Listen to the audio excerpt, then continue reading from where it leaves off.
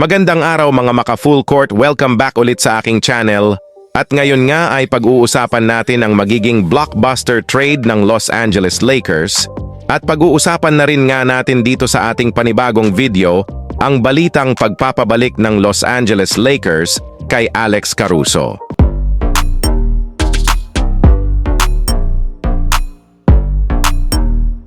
Ang Los Angeles Lakers ay nasa timpla para magdagdag ng ikatlong bituin na ipapares kina LeBron James at Anthony Davis. Sa isang iminungkahing blockbuster trade mula kay Greg Swartz ng Bleacher Report, ipagpapalit ng Lakers ang kanilang karibal sa lungsod, ang Los Angeles Clippers, para kay Paul George. At PJ Tucker, nakuha ng Clippers Austin Reeves, Rui Hachimura, D'Angelo Russell, Jared Vanderbilt 2024 o 2025 first-round pick.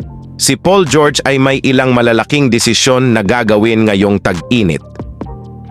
Ang pananatili sa bahay sa Los Angeles ay dapat ang prioridad, ngunit ang Clippers ay patuloy na nawawalan ng Kawhi Leonard sa o bago ang playoffs taon-taon ay dapat nasuot sa kanya. Isinulat ni Swartz sa kanyang artikulo noong Mayo 9 na nagmumungkahi ng mga blockbuster deal para sa mga koponan na handang ipagsapalaran ang lahat ng ito. Si George 34 ay maaaring maging isang walang limitasyong libreng ahente at pumirma sa isang contender tulad ng Philadelphia 76ers, ngunit ang mga alalahanin sa pinsala ay pumapalibot din kay Joel Embiid.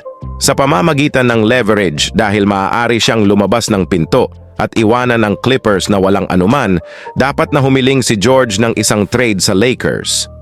Ang kombinasyon ni LeBron James, na mas malamang na muling pumirma sa Lakers mismo, sina Anthony Davis at George ay magiging isa sa pinakamahusay na Big Three sa lahat ng basketball na pagpapabuti sa panlabas na pagbaril at pangkalahatang depensa ng LA sa proseso. Ang Lakers ay magkakaroon pa rin ng mga first-round picks sa 2029 at 2031 upang subukang punan ang roster sa paligid ng kanilang mga bituin.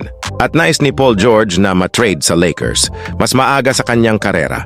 Nang humiling si George ng trade mula sa Indiana Pacers, nakasama niya noong 2010 hanggang 2017, sinabi niya sa isang episode ng Podcast P na gusto niyang maglaro para sa Lakers. Obviously, gusto ko nang umuwi. Lakers ay, alam mo, una, ang aking idolo si Kobe Bryant ay pumunta doon, sabi ni Paul George noong Marso ng 2023. Si Paul George ay hindi ipinagpalit sa Lakers dahil siya ay inilipat sa Oklahoma City Thunder. Kung naramdaman niya ang kanyang ginawa ilang taon na ang nakalilipas, marahil ay humiling siya ng isang trade sa Lakers. Samantala, pumunta naman tayo sa ating susunod na pag-usapan sa balitang pagpapabalik ng Los Angeles Lakers kay Alex Caruso.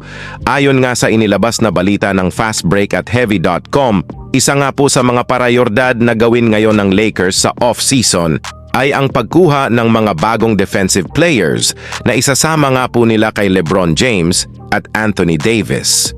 Hindi nga po titigil ang kanilang team hanggat hindi nila ito nakukuha.